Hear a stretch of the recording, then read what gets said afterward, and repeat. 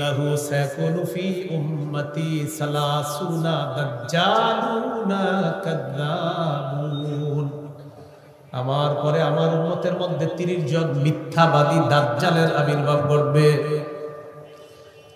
কুল্লুহুম ইয়াজমু আন্নাহু নাবিয়্যুন, প্রত্যেকে দাবি করবে সে নবী। বলি নাউযুবিল্লাহ।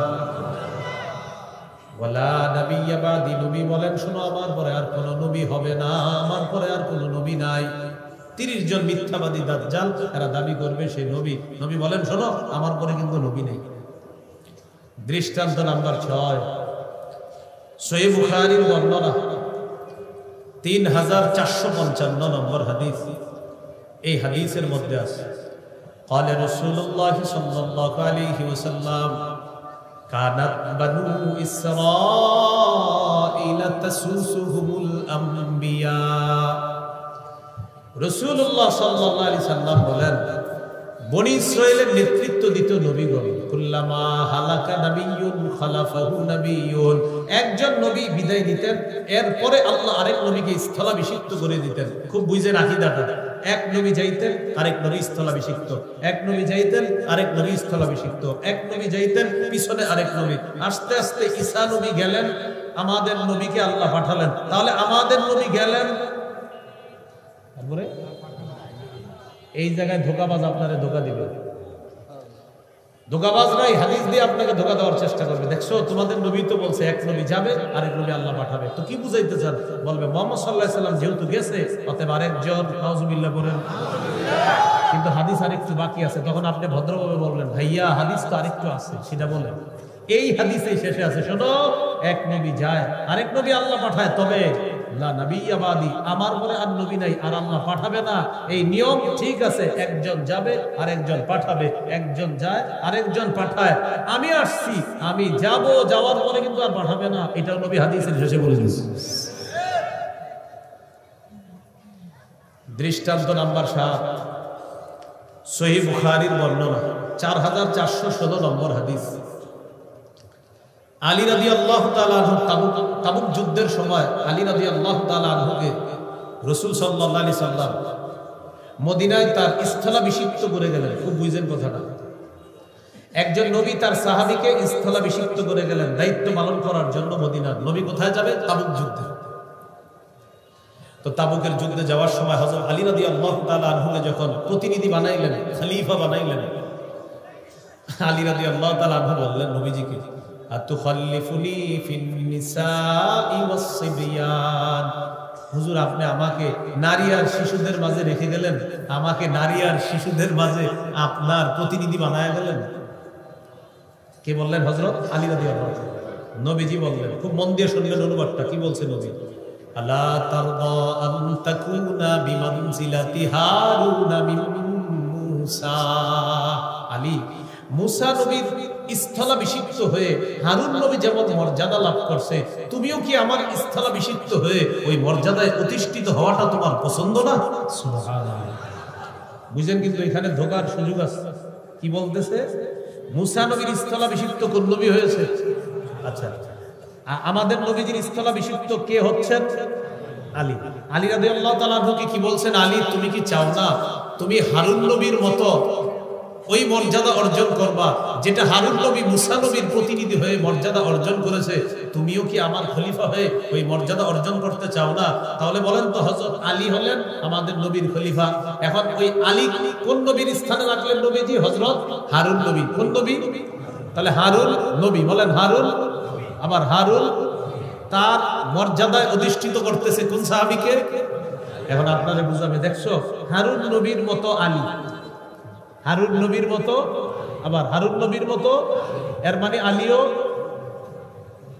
এই জায়গায় ধোকা দেয়। নবী আমার সাথে সাথে বলে দিছে, আলী শোনো, তোমারে বলছি হারুন নবীর মর্যাদা লাভ করবা, এর মানে এই না যে তুমি নবী হয়ে যাবা। না, আমার ঘরে আর নবী নাই, এটা দুনিয়াবাসীরে জানায় দিবে। তাহলে মুসা নবীর স্থলাভিষিক্ত হয়েছেন হারুন নবী, আমার স্থলাভিষিক্ত হচ্ছ তুমি। তবে আলী শোনো, তুমি সাহাবী, হারুন নবী নবী, তুমি কিন্তু সাহাবী। আমার পরে আর নবী হবে না, আমার পরে আর নবী নাই, এই আকীদাটাও ঠিক নেই।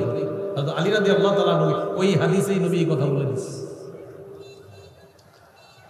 দৃষ্টান্ত নাম্বার 8, সহিহ বুখারীর বর্ণনা 3532 নম্বর হাদিস। এই হাদিসে আমাদের নবীর নামের মধ্যেই প্রমাণ হবে আমাদের নবী যে শেষ নবী। সুবহানাল্লাহ। قال رسول الله صلى الله عليه وسلم لي خمسة أسماء। নবীজি বলেন আমার 5টি নাম আছে। 1 নাম্বার আনা মুহাম্মদ, আমি মুহাম্মদ সাল্লাল্লাহু আলাইহি ওয়াসাল্লাম। 2 নাম্বার ওয়া আনা আহমদ, আমার নাম আহমদ সাল্লাল্লাহু আলাইহি ওয়াসাল্লাম। 3 নাম্বার ওয়া আনাল মাহি আল্লাযী ইয়ামহুল্লাহু বিল কুফরা, আমার নাম মাহি সাল্লাল্লাহু আলাইহি ওয়াসাল্লাম, যার মাধ্যমে আল্লাহ সমস্ত কুফরকে মিটিয়ে দিবেন। 4 নাম্বার ওয়া আনাল হাশিরুল্লাযী ইহশারুন নাসু আলা কদামাইয়া, আমি হাশির সাল্লাল্লাহু আলাইহি ওয়াসাল্লাম, আমার চারপাশে মানুষকে সমবেত করা হবে কিয়ামতের ময়দানে। 5 নাম্বার ওয়া আনাল আকিব, আমি সর্বশেষ আগমনকারী নবী। সুবহানাল্লাহ। তাহলে আমাদের নবী সর্বশেষ আগমনকারী নবী। 6 এবং 7 নাম্বার দৃষ্টান্ত থেকে আপনাদেরকে একটু জিজ্ঞাসা করি, একটু খুব মন দিয়ে শুনে। 6 নাম্বার দৃষ্টান্ত ছিল নবী বলছেন বনি ইসরাইলে এক নবী যাইতো, আরেক নবী আল্লাহ এর পরে পরে পাঠিয়ে দিতেন। তাহলে নিয়মটা হলো এক নবী যাবে, আরেক নবী আল্লাহ পাঠাবে, এক নবী যাবে, আরেক নবীকে আল্লাহ প্রতিনিধি এর পরে পাঠিয়ে দিবেন। ঈসা নবী গেলেন, আমাদের নবীকে পাঠাইলেন। তাহলে আমাদের নবী গেলেন, এরপর বলেন কোথায় আছে? বলেন ওই হাদিসে আছে। বলেন কোথায় আছে এই কথা? 7 নাম্বার দৃষ্টান্ত থেকে আপনাদেরকে জিজ্ঞাসা করি, হযরত আলী রাদিয়াল্লাহু তাআলা আনহুকে নবীজি মদিনায় যখন প্রতিনিধি বানিয়ে রেখে তাবুক যুদ্ধে যাওয়ার সময় বললেন, আলী তুমি মুসা নবী, হারুন নবীকে যেমন প্রতিনিধি খলিফা বানিয়ে চলে গেলেন, তুমি কি চাও না হারুন নবীর ওই মর্যাদায় তুমিও অধিষ্ঠিত হয়ে তুমি কি সন্তুষ্ট হতে চাও না? তার মানে হযরত আলীও হারুন নবীর মতো। তাহলে তিনি কি নবী না সাহাবী? ওই হাদিসে নবী কি বলে দিয়েছে? আমার পরে আর কোনো নবী হবে না। আল্লাহ আমাদেরকে কথাগুলো মনে রাখার তৌফিক দান। তাহলে বলেন আকীদা, আমাদের নবীর পরে আর কোনো নবী হবে না বা নাই বলবে, আসবে না বললেন, কি বলবেন না? বলবেন হবে না। বলেন আমাদের নবীর পরে কোনো নবী, বারবার বলেন, আবার বলেন। এখন একদল আপনারা বুঝাবে হবে না না আসবে না, আপনারা বলবেন, তখন আপনি বলবেন হবে না, আপনি বলবেন হবে না, হবে না, হবে না। হ্যাঁ বলবে ঈসা নবী তো আসবে, আপনি বলবেন ঈসা নবী আসলে আপনার সমস্যা নেই। তখন আপনারা বলবেন একটু বুঝাই দাও, তখন আমার সাথে চলেন আমরা বুঝাই ওদেরকে। বলেন ঈসা নবী আমাদের নবীর আগে নবী হয়েছে, তিনি এখনো মৃত্যুবরণ করেননি। পৃথিবীর সবাইকে মরতে হবে, সেই নিয়ম পালন করার জন্য আল্লাহ তাআলা কিয়ামতের আগে ঈসা নবীকে আবার পৃথিবীতে আনবেন। তিনি আসবেন, তবে নতুন করে নবী হবে এমনটা না, কারণ তিনি তো আগেই নবী হয়েছে। আমাদের নবীর পরে নতুন করে কেউ নবী হয় নাই, হবে না, হতে পারে না, সম্ভাবনাও নাই। কেউ যদি সন্দেহ করে সে কাফের, তার অনুসারী কাফের, তার সমর্থনকারী কাফের। মনে থাকবে নি? এই হলো 2 নাম্বার আলোচনা আজকে। অশুদ্ধ আকীদা মিশ্রিত বিশুদ্ধ আকীদা। আপনার হাজারো আকীদা সুন্দর, আপনি বলবেন, আপনার কলিগ সহপাঠী বলবেন, যখন বলবেন এই তোদেরকে বাংলাদেশের ওলামায়ে কেরাম সহ সারা পৃথিবীর আলেমরা কাফের বলে দেবে, তখন বলবে তুই দুঃখটা বুঝছস, আমরা নামাজ রোজা হজ যাকাত সব বিশ্বাস করি। আপনি বলবেন নামাজ বিশ্বাস করো, বলবে হ্যাঁ, হজ হ্যাঁ, যাকাত হ্যাঁ, তাহলে সবই বিশ্বাস করো, লা ইলাহা ইল্লাল্লাহ মুহাম্মাদুর রাসূলুল্লাহ এটা বিশ্বাস করো, তাও বলবে হ্যাঁ। অনুবাদ করো তো অনুবাদ করবে আল্লাহ ছাড়া কোনো ইলাহ নাই, মুহাম্মদ সাল্লাল্লাহু আলাইহি ওয়াসাল্লাম আল্লাহ রাসূল, তো সবই তো ঠিক আছে, কাফের কেন? তখন বলবেন আচ্ছা মুহাম্মদ সাল্লাল্লাহু আলাইহি ওয়াসাল্লাম আল্লাহ রাসূল বিশ্বাস করো, বলবে হ্যাঁ। তখনই বলবেন শেষ রাসূল বিশ্বাস করোনি, তখন বলবে দোস্ত একটু ব্যাখ্যা। যখন বলবেন শেষ রাসূল বা শেষ নবী মানো কিনা, তখনই বলবে চলে নিতে যা চাই ব্যাখ্যা। তখনই বলে দিবেন ও বুঝে ফেলছো তুমি কাফের, ব্যাখ্যার সুযোগ নেই। বাস এই জন্য মোল্লা আলী কারি রহমতুল্লাহি আলাইহি শরহ ফিতহুল আকবরের মধ্যে লিখে দিয়েছেন 274 নম্বর পৃষ্ঠা, দাওয়াতুন নবী বা'দা নবিয়িনা সাল্লাল্লাহু আলাইহি ওয়াসাল্লাম কুফরুন বিল ইজমা। আমাদের নবীর পরে কেউ যদি নবুয়তের খালি দাবিদার মানে দাবিটা উঠায় যে হতেও পারে, সর্বসম্মতিক্রমে কাফের। তাহলে আশা করি আপনারা খতমে নবুয়তের আকীদাটা বুঝতে পারছেন যে কোন জায়গায় তারা আমাদেরকে ধোঁকাটা দেওয়ার চেষ্টা করে। তাহলে বলেন মুহাম্মদ সাল্লাল্লাহু আলাইহি ওয়াসাল্লাম আল্লাহর শেষ রাসূল, বলেন মুহাম্মদ সাল্লাল্লাহু আলাইহি ওয়াসাল্লাম মুহাম্মদ সাল্লাল্লাহু আলাইহি ওয়াসাল্লাম আল্লাহর শেষ নবী এবং শেষ রাসূল। তাহলে তারা বলে লা ইলাহা ইল্লাল্লাহ অর্থ আল্লাহ ছাড়া কোনো ইলাহ নাই, মুহাম্মদ সাল্লাল্লাহু আলাইহি ওয়াসাল্লাম আল্লাহর রাসূল, সবই ঠিক আছে। তাহলে সমস্যা কোথায়? আল্লাহর শেষ রাসূল, আল্লাহর শেষ নবী, এই জায়গায় তারা ব্যাখ্যা করতে চায়, এই জন্য কাফের। আজকের 3 নম্বর আলোচনা, বলেন সংশয়বাদী আকীদা। কি আকীদা? সংশয়বাদী আকীদা কাকে বলে জানেন? কিয়ামত বিশ্বাস করেন, তখন বলে 50-50 চান্স, হতেও পারে নাও হতে পারে, এরকম। কিছু লোক টক শোতে যায়, টক শো তো যাওয়ার পর মনে করেন উনি ইংরেজি পারে, তো ইংরেজি পারাটা খারাপ না। এখানে আপনারা যারা আছেন অনেকে ইংরেজি পারেন, তো তাকে জিজ্ঞাসা করে আখিরাত বিশ্বাস করেন, তখন বলে বিশ্বাস করেন, মানে এটা ইংরেজি বলে দিন, উনি বুঝে যে আমি অনেক শিক্ষিত। তো আপনারা ভালো ইংরেজি যারা পারেন তারা বলে দিন ভাইয়া ইংরেজি তো আমরাও পারি, এই জন্য এরকম ভাব নিতে হবে না। মানে উনি ইংরেজিতে বলে দিল উনি আখিরাত বিশ্বাস করেন। তো আবার চকশুনে জিজ্ঞাসা করে আখিরাত বিশ্বাস করেন, মেবি হতেও পারে নাও হতে পারে। নোয়াখালী মসজিদের খতিব সাহেবের শুনছি বলছে আখিরাতে কিয়ামত হবে, হুজুর বলছে হইতেও পারে নাও হইতে পারে, বাস ঈমান শেষ। এখন আমাদের আকীদা দুরুস্ত করি, বলেন কিয়ামত কি হতে পারে না নিশ্চিত হবে? এটা আমাদের আকীদা, নিশ্চিত কিয়ামত হবে। বলেন সূরা নাবা 17 নম্বর আয়াত। কোন সূরা? 17 নম্বর আয়াত। এই আয়াতে আল্লাহ বলেন ইন্না ইয়াউমাল ফাসলি কানা মিকাতা, বিচার দিবসের কিয়ামত দিবসটা মিকাতা, সুনির্ধারিত। কিয়ামত দিবসটা কি? সুনির্ধারিত। বলেন আল্লাহ তাআলা এটা মুলতবি করে রেখেছেন, সময় মতো ঘটিয়ে দিবেন। দলিল সূরা হুদ 104 নম্বর আয়াত। এই আয়াতে আল্লাহ বলেন ওয়ামা নুআখিরুহু ইল্লা লিআজালিন মা'দুদ, আমি কিয়ামতের বিষয়টাকে গনে গনে কিছু দিনের জন্য মুলতবি করে রেখেছি, সময় মতো ঘটায় দেব। তাহলে আমাদের আকীদা কিয়ামত হতে পারে, নাউজুবিল্লাহ। বলেন কিয়ামত হতে পারে, তাহলে নিশ্চিত হবে। তো সংশয়বাদী আকীদা যারা রাখবে তাদের ঠিকানা জাহান্নাম।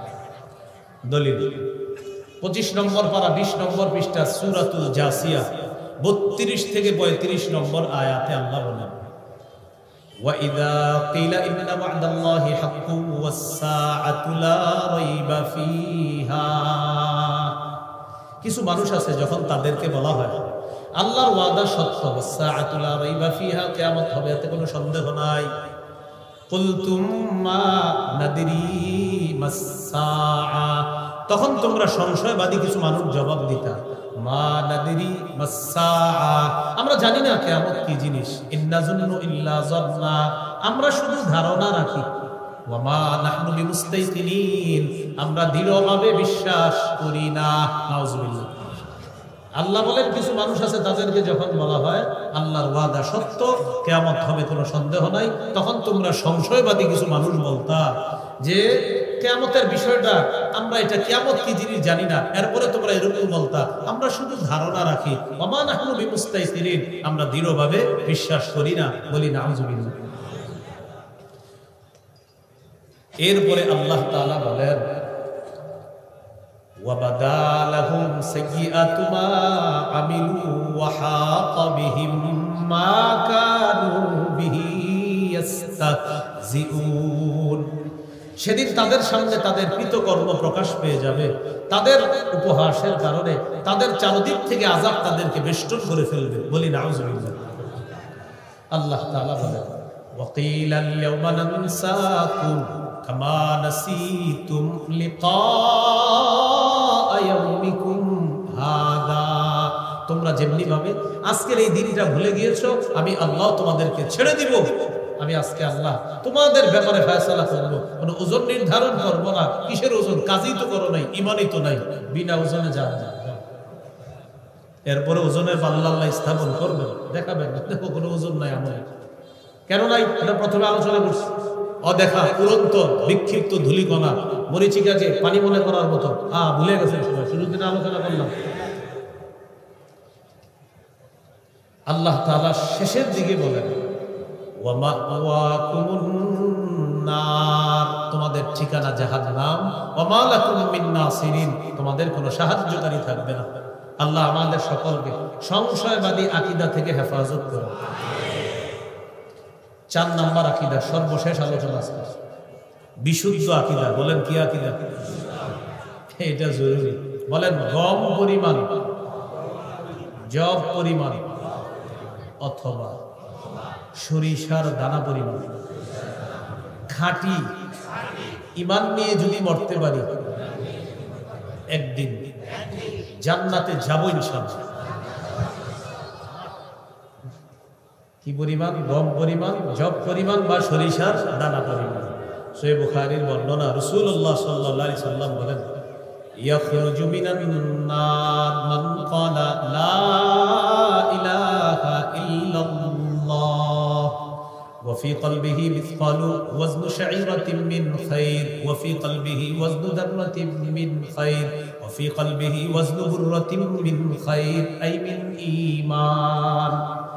যে ব্যক্তি লা ইলাহা ইল্লাল্লাহর বিশ্বাস নিয়ে মারা যাবে আর তার অন্তরে যদি গম পরিমাণ, জব পরিমাণ, সরিষার দানা পরিমাণ ঈমান থাকে, এই বেচারা যদি কোনো গুনাহের কারণে জাহান্নামে যায় কিন্তু ওর ঈমানটা পিওর, একদিন আল্লাহ জাহান্নাম থেকে বের করে জান্নাতে দিয়ে দিবেন। তো এই জন্য আজকে থেকে আপনারা ঈমানটা পিওর রাখবেন আর কোনো আমল করেন না। নাকি করতে হবে? হ্যাঁ, করতে আমল কিন্তু করতে হবে। এটা মনে করেন না যে হুজুর বাস খাঁটি ঈমান, কিন্তু খাঁটি ঈমান মানেই তো নামাজ পড়বেন, ঈমান আছে বলেই তো নামাজ পড়বেন, ঈমান আছে বলেই তো হজ করবেন। কেন বলেন সবাই? কেন বলেন সবাই? এটাই তো ঈমানের দাবি। বলে এটা কি? নামাজ কেন করবো? ঈমানের চাওয়া এটা। রোজা কেন রাখবো?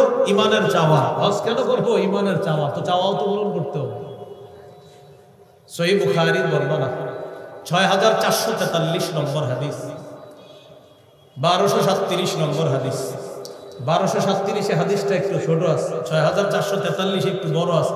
কোনটা শুনবেন? বড়টাই শোনেন, সমস্যা নেই। হ্যাঁ, এই হাদিসের মধ্যে বর্ণনাকারী সাহাবীর নাম আবু যর গিফারী রাদিয়াল্লাহু তাআলা। তিনি বলেন একদিন রাতের বেলা নবীজির সাথে আমি বের হলাম।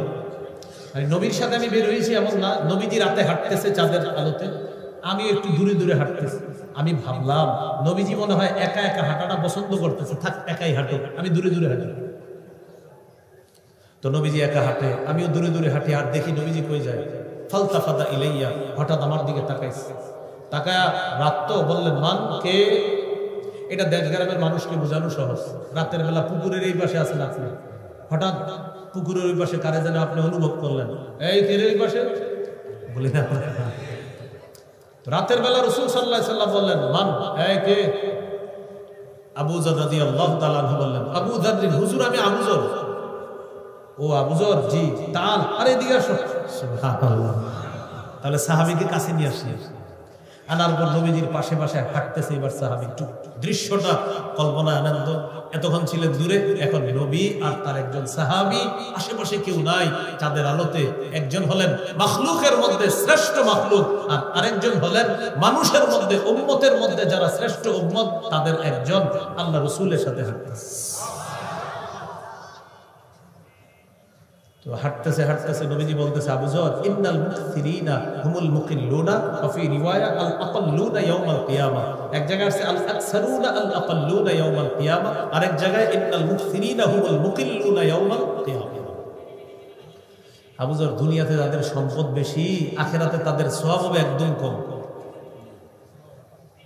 বাড়িওয়ালারা টেনশনে পড়ে গেছে, জমিদাররা টেনশনে পড়ছেন, টেনশনে পড়ছেন। টাকাওয়ালারা টেনশনে পড়েন নাই? কি বলছে? টাকাওয়ালারা দুনিয়াতে বেশি টাকা যাদের, আখিরাতে সব কি হবে? অনেকে পুরাই চেহারা কালো, হুজুর কি বললেন আপনি? টেনশন করেন না, পরে কি বলে দেবেন? ইল্লা মান আতাহুল্লাহু খায়রা ফানাফাখা আন ইয়ামিনিহি ওয়া আন ইয়াসারিহি ওয়া বাইনা ইয়াদাইহি ওয়া মিন খালফিহি। তবে আল্লাহ যাকে সম্পদ দিয়েছেন সে ডানে বামে সামনে পিছনে আত্মীয় স্বজন, অসহায় মিসকিন দরিদ্র অসহায় তাদের প্রতি খেয়াল রাখে, তাদের প্রতি খরচ করে। যাকে আল্লাহ টাকা দিয়েছে টাকাগুলা খাত অনুযায়ী সঠিকভাবে সে আদায় করে, সে দুনিয়াতে যেমন অনেক টাকার মালিক, কিয়ামতের ময়দানে প্রচুর সওয়াবেরও মালিক হবে। টেনশনের কিছু নাই। কাদের জন্য? যারা হক অনুযায়ী টাকাগুলা খরচ করবেন। তবে কৃপণতা যারা করবে তাদের জন্য আর কি টেনশন। তো বলতে বলতে নবীজি সাল্লাল্লাহু আলাইহি সাল্লাম এক জায়গায় গিয়ে বলে, আবু যর তুমি এখানে একটু অপেক্ষা করো, আমি সামনে যাই, আমার সাথে আর যাও না। লা তাবরাহ মাকানাক হাত্তা আরজিয়া ইলাইকা, এখানেই থাকবা আমি আসার আগ পর্যন্ত, এখান থেকে নড়বা না। আবু যর গিফারি রাদিয়াল্লাহু তাআলা আনহু বললেন, একসাথে চলতেছিলাম, হঠাৎ আমারে বলতেছে তুমি এখানে থাকবা, আর যাবা না, আমি একা যাবো সামনে।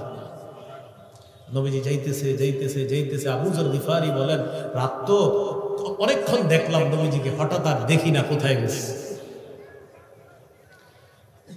যাওয়ার পর একটু পরে আমি একটা আওয়াজ শুনলাম, বিকট আওয়াজ, কঠিন একটা শব্দ শুনলাম। আমি ভয় পেয়ে গেলাম, নবীজির কোনো বিপদ হলো কিনা। সাথে সাথেই আমি রওনা করবো মনে হলো, নবীর কাছে যাই। মনে পড়ছে, আবু যর যা হবার হবে, নড়বা না, এখানেই থাকবা।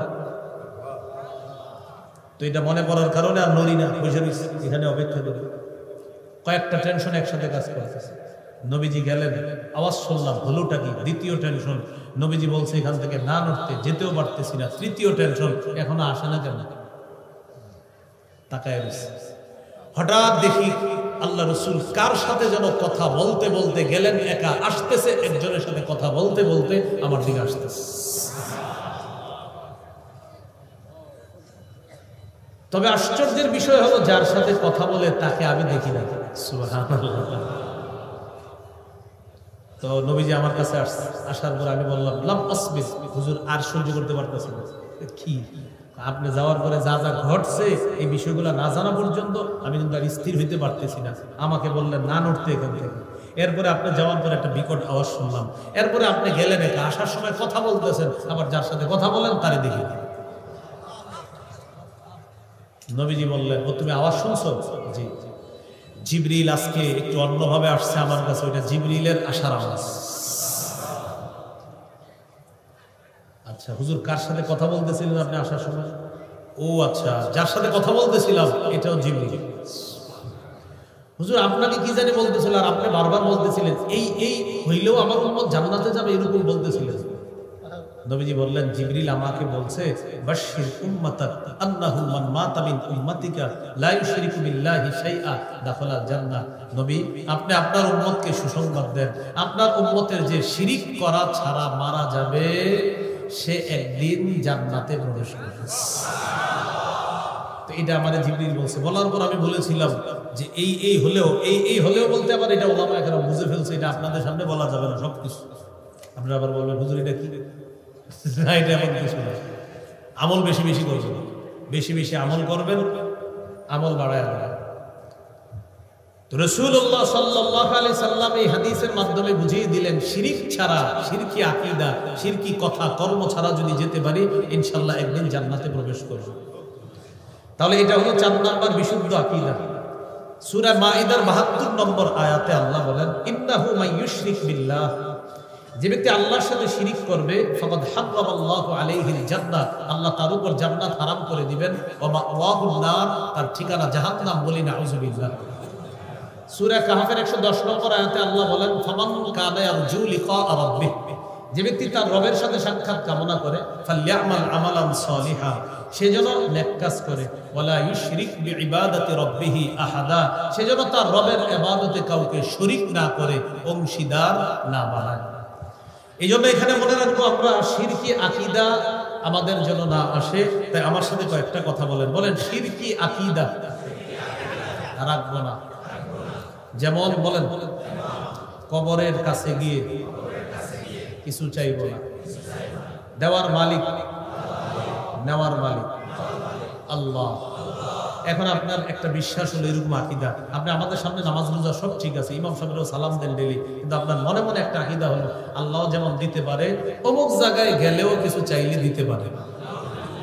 বাস, এটা অশুদ্ধ আকীদা, এটা শিরকি আকীদা হয়ে যাবে, আপনার সবকিছু কিন্তু শেষ করে দিবে। এই আকীদাগুলা রাখা যাবে না। এই আকীদা খুব ভয়ঙ্কর আকীদা। সূরা শুরা 49-50 নম্বর আয়াতে আছে, লিল্লাহি মুলকুস সামাওয়াতি ওয়াল আরদ, আসমান জমিনের রাজত্ব আল্লাহর। ইয়াহাবু লিমান ইয়াখলুকু মা ইয়াশা, তিনি যা ইচ্ছা তা সৃষ্টি করেন। ইয়াহাবু লিমান ইয়াশা ইনাসা, যাকে ইচ্ছা কন্যা দান করেন। ওয়া ইয়াহাবু লিমান ইয়াশা যুকুর, যাকে ইচ্ছা ছেলে দান করেন। আও ইউযাউযুহুম যুকরানা ওয়া ইনাসা, যাকে ইচ্ছা ছেলে মেয়ে উভয়টা দান করেন। ওয়া ইয়াজআলু মান ইয়াশা আকিমা, যাকে ইচ্ছা ছেলেও দিবেন না মেয়েও দিবেন না, বন্ধা বানাবেন কে? আমাদের আকীদাটা স্বচ্ছ করি, মেয়ে দেয় কে? ছেলে দেয় কে? ছেলে মেয়ে উভয়টা দেয় কে? হবে না একজনও, সেটাও ক্ষমতা কার? আল্লাহ। তাহলে এই চারটা আকীদা। এক নম্বর আকীদা অশুদ্ধ আকীদা। এই অশুদ্ধ আকীদার উদাহরণ দিয়েছিল 5টা, মনে আছে নাকি আপনাদের? এক নম্বর, ঈমান ছাড়া ভালো কাজ, কোনো ওজন হবে না, সূরা কাহফ 103 থেকে 105। 2 নম্বর, ঈমান ছাড়া ভালো কাজ, মরুভূমির মধ্যে মরীচিকাকে কি মনে করার মতো? পানি মনে করার মতো, সূরা নূর 39 নম্বর আয়াত। 3 নম্বর, ঈমান ছাড়া ভালো কাজ, গভীর অন্ধকারে, মেঘের অন্ধকার, ঢেউয়ের অন্ধকার, নিচে আরেক ঢেউ, এটার নিচে গভীর সমুদ্র, হাত দেখতে চাওয়ার মতো। 4 নাম্বার, ঈমান ছাড়া ভালো কাজ, প্রচন্ড ঝড়ের দিনে প্রবল বাতাসে কি রাখার মতো জানি? 5 নাম্বার, ঈমান ছাড়া ভালো কাজ, অদেখা উঠতে থাকা বিক্ষিপ্ত ধূলিকণার মতো। হ্যাঁ, মনে আছে না? সূরা ফুরকানের 23 নম্বর আয়াত। দ্বিতীয় আলোচনা ছিল মিশ্রিত আকীদা, অশুদ্ধ আকীদা মিশ্রিত বিশুদ্ধ আকীদা।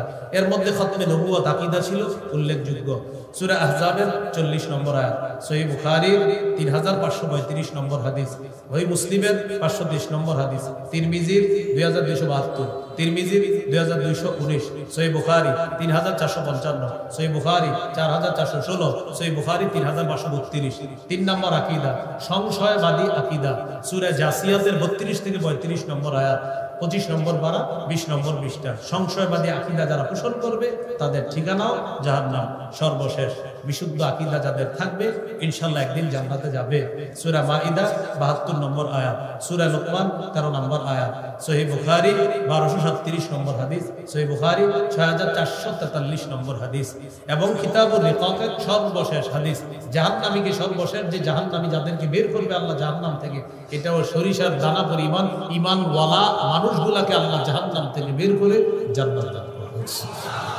আল্লাহ আমাদের সকলকে বিশুদ্ধ আকীদা নিয়ে যেন দুনিয়া থেকে যেতে পারি, আপনাদের সাথে যেন আল্লাহ জান্নাতে সাক্ষাৎ করান দেন।